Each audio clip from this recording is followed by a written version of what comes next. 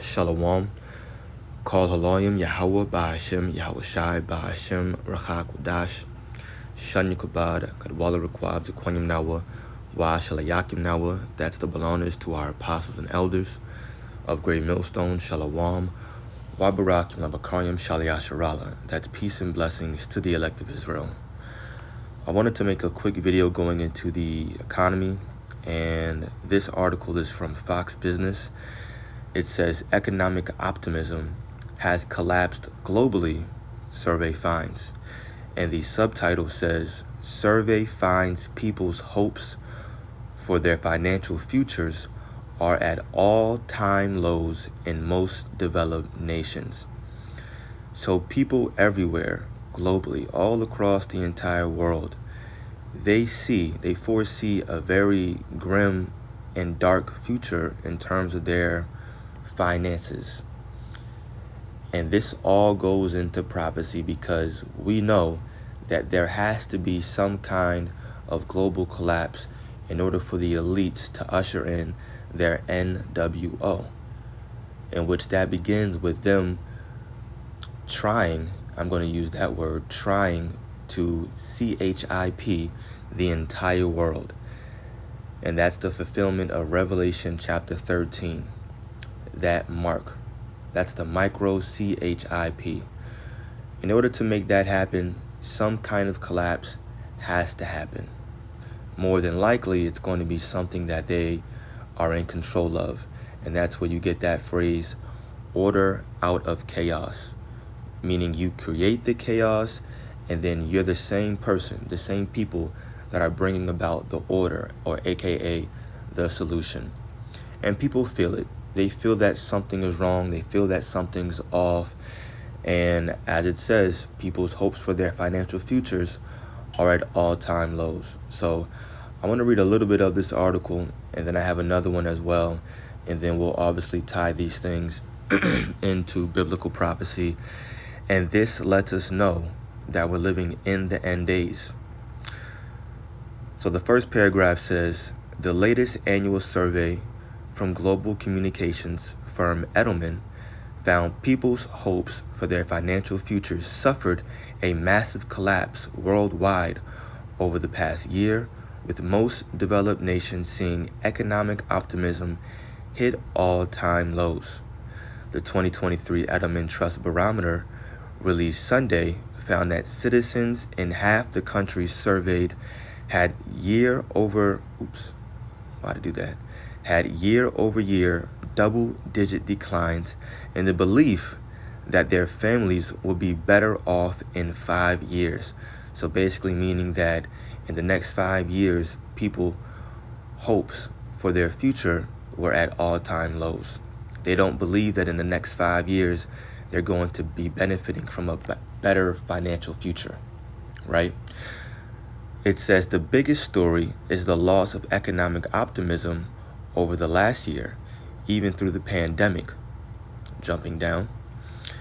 Edelman has conducted its trust barometer, providing key insights for employers since 2000. In this year's poll, economic optimism in 24 of the 28 countries surveyed fell to record lows, including the US 36%, UK 23%, Germany 15%, and Japan 9%. Not a single developed country has economic optimism above 35%. And I'll read maybe these last two paragraphs. Economic anxieties were cited among respondents' top fears, with 89% saying they were worried about job loss. Check this out. 89% saying they were worried about job loss, 74% citing inflation, 67% expressed concern about food shortages, and 66% said they were worried about energy shortages. All these topics that these people are worried about are all noted in the scriptures. Job loss, inflation, meaning the rise of goods and services, food shortages, that's famine, right? And then energy shortages. All these things are talked about in the scriptures, and they were prophesied to be happening in the end days. We'll show you all of these things. Just want to read through the good parts of this article, the meat, and then we'll jump into it. It says, last paragraph, Edelman called the situation dire, saying he believes new concerns have been added over the last 12 months on top of standard worries people have expressed in past years, such as losing their jobs to machines, AI, as well, or the impact of climate change. It's always climate change, right? Oh, as a matter of fact, this is the last paragraph in our article where we'll read it. But now we have a cost of living crisis. Man, I don't know why it keeps jumping like that. Let me go down real quick. It's just all these ads. It says, but now we have a cost of living crisis, he told Fox Business. We have the threat of nuclear war. So people well understand that nuclear war is coming. And if you're in the spirit, then you know that it's inevitable, meaning it's bound to happen. It's just a matter of when. And we feel it. We know that we're close. We have the threat of nuclear war, he says. We have things moving from societal issues to personal issues. So people have really lost confidence. People see a grim, dire, dark future for their finances. They don't see them prospering in the next 5 years, as it said in the article. And this is the result of what? The wicked ruling the earth. Now, we could get that in Proverbs. I'm going to stick to the few that I already have up here. This is the book of Isaiah 24. I'm going to start at verse 4, but what I actually want to do is read it in the NLT. I think it just brings it to life just a little bit more so that we can understand it based upon the language learning that we have. This is Isaiah 24, verse 4. On the left is a King James. On the right is an NLT. I'll be reading the NLT. You can read along with the King James if you want. But verse 4 in the NLT says, the earth mourns and dries up, and the crops waste away and wither. Even the greatest people on the earth waste away. That's referring to the prideful people of the earth. The earth suffers for the sins of its people, for they have twisted God's instructions. That's Esau, Edom, because he's the one ruling. They have violated his laws and broken his everlasting covenant. Therefore, a curse consumes the earth. Its people must pay for the price of their sin. They are destroyed by fire, and only a few, are left alive. The grapevines waste away, and there is no new wine. All the merrymakers sigh and mourn. The cheerful sound of tabourines is stilled. The happy cries of celebration are heard no more. The melodious chords of the sharp are silent. Gone are the joys of wine and song. Alcoholic drink turns bitter in the mouth. The city writhes in chaos. Every home is locked to keep out intruders. So a very grim future is coming. This is what this scripture is prophesying. And as a matter of fact, it's happening. It's already playing out. People aren't happy anymore. People are sighing. When you walk outside and you look at people, everybody has their head down. Everybody has bags hanging down to the bottom of their lips. People are sad. You can tell that they're stressed. Anxiety is at an all-time high, and people have no hope for their financial future. You can't make money in America the same way you could anymore. Now, can you still make money? Of course. Absolutely. But it's not the same.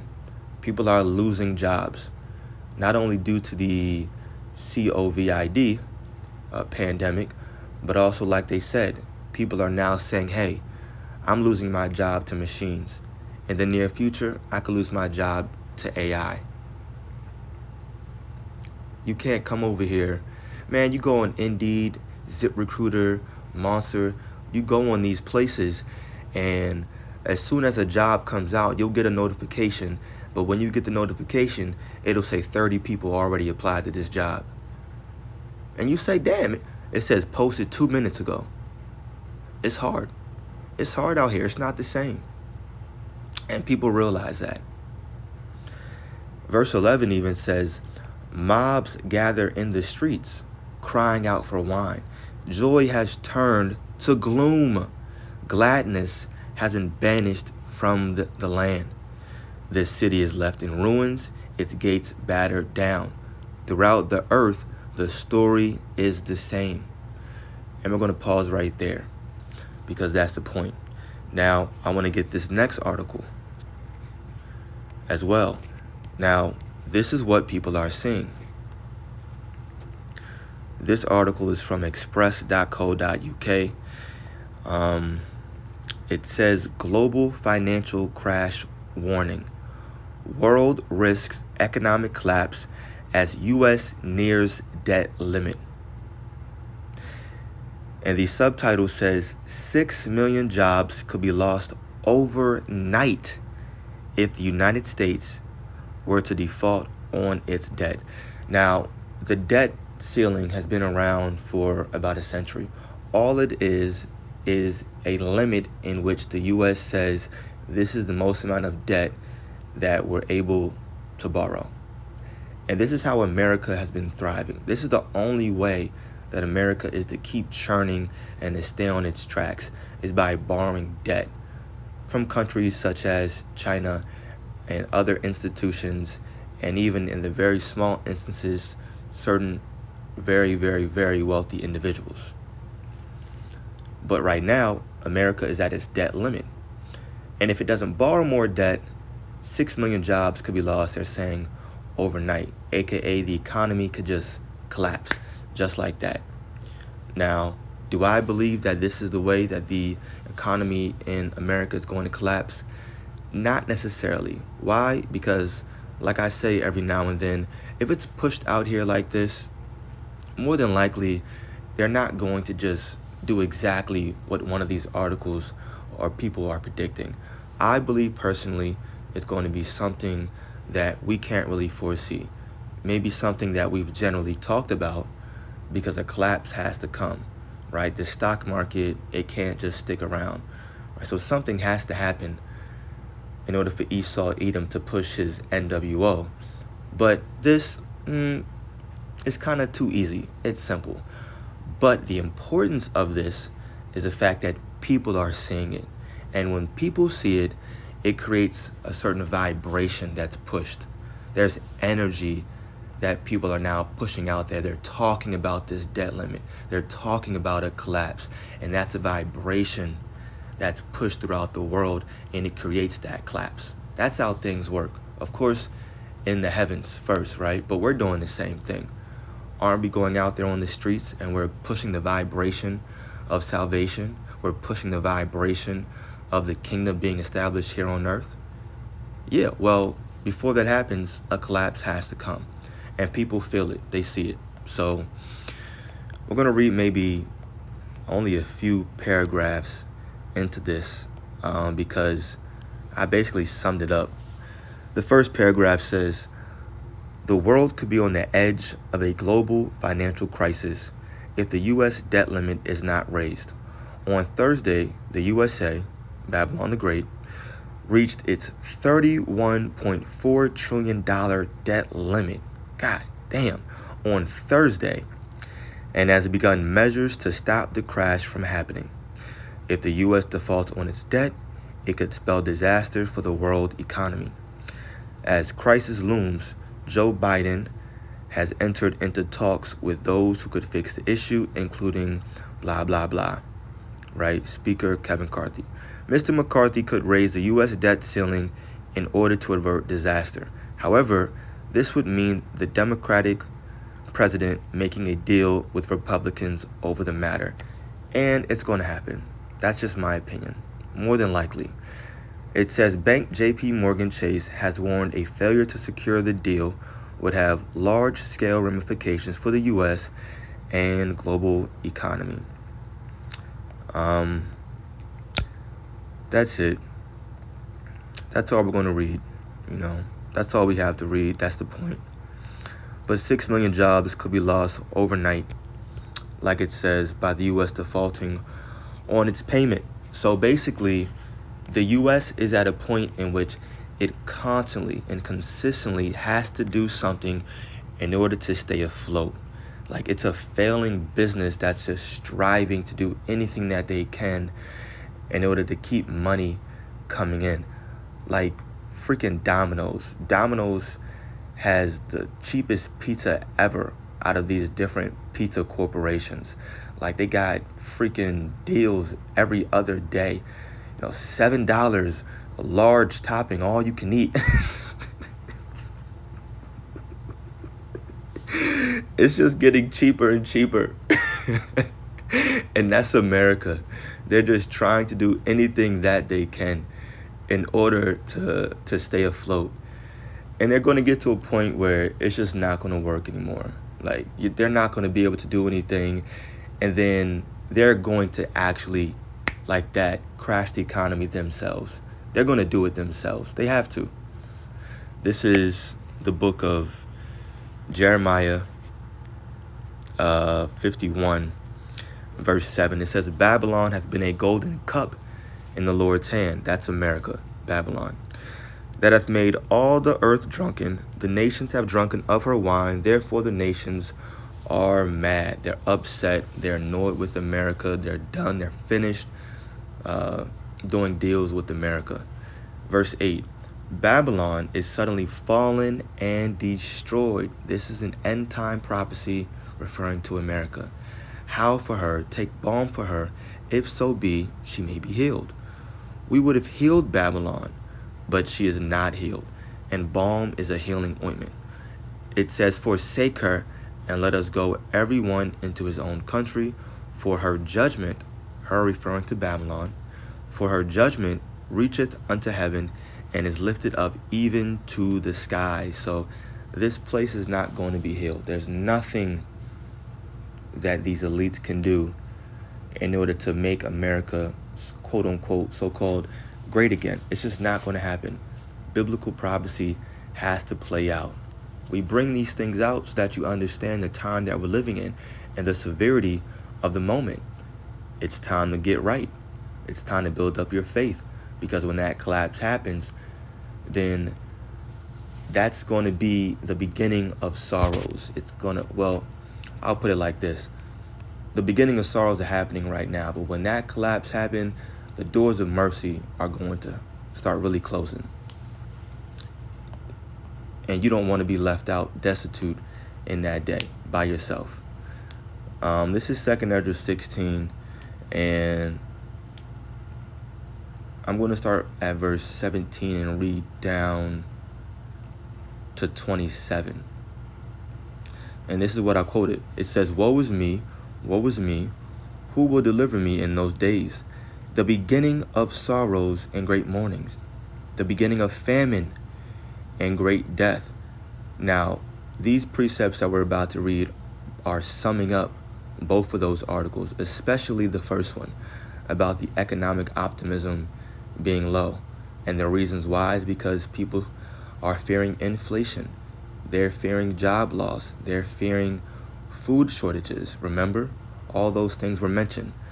So verse 18 says, the beginning of sorrows and great mournings, the beginning of famine and great death, the beginning of wars, and the powers shall stand in fear, the beginning of evils, meaning bad times. What shall I do when these evils shall come?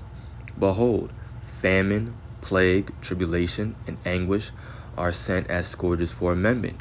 But for all these things they shall not turn from their wickedness, nor be always mindful of the scourges, because only the elect are going to say, hey, you know what? Let me get my spirit right with Yahweh Ba'ashem Yahweh Shai. Let me build up my faith so that I can stand tall in these end days. Because as I was saying, when that economic collapse really happens and Jacob's trouble is here, that's going to really be the, let me word this right, the beginning of when, like, man, the best phrase I can say is when all hell breaks loose. And you're going to have to rely on a higher power. You're going to have to. And you don't want to be left destitute in that day. You don't want the Most High to turn, or his son to turn their back to you. Right? So now, verse 21, it says, behold, victuals shall be so good cheap upon earth. And victuals are those things that are necessary to live, right? That they shall think themselves to be in good case. And even then shall evils grow upon the earth, sword, famine, and great confusion. For many of them that dwell upon the earth shall perish of famine, and the other that escape the hunger shall the sword destroy. And the dead shall be cast out as dung, and there shall be no man to comfort them. It's just going to be a lot of dead people. For the earth shall be wasted, and the cities shall be cast down. There shall be no man left to till the earth and to sow it. The trees shall give fruit, and who shall gather them? The grapes shall ripen, and who shall tread them? For all places shall be desolate of men, so that one man shall desire to see another, and to hear his voice. This is the time that we're coming into. And people feel it. People know it. You see, the difference is that people, majority of people, don't know or understand that all these things that they're feeling, that they see happening in the world, it's all tied into biblical prophecy. That's what they don't understand. Our job is to keep watching, to keep reporting, to build up our faith in the Lord, so that we can ultimately be protected during these evil times, and then to receive salvation. That's the end goal. To receive salvation, be delivered in those chariots. That's it. Our mind should constantly be on that scenario right there. And we have great optimism for that future. So with that being said, I pray that this video was edifying to the elect. Call Halayim, Yahweh, Ba'ashem Yahweh Shai, Ba'ashem Rachakudash. Double honors to our apostles and elders of Great Millstone, and peace and blessings to the elect. Shalom.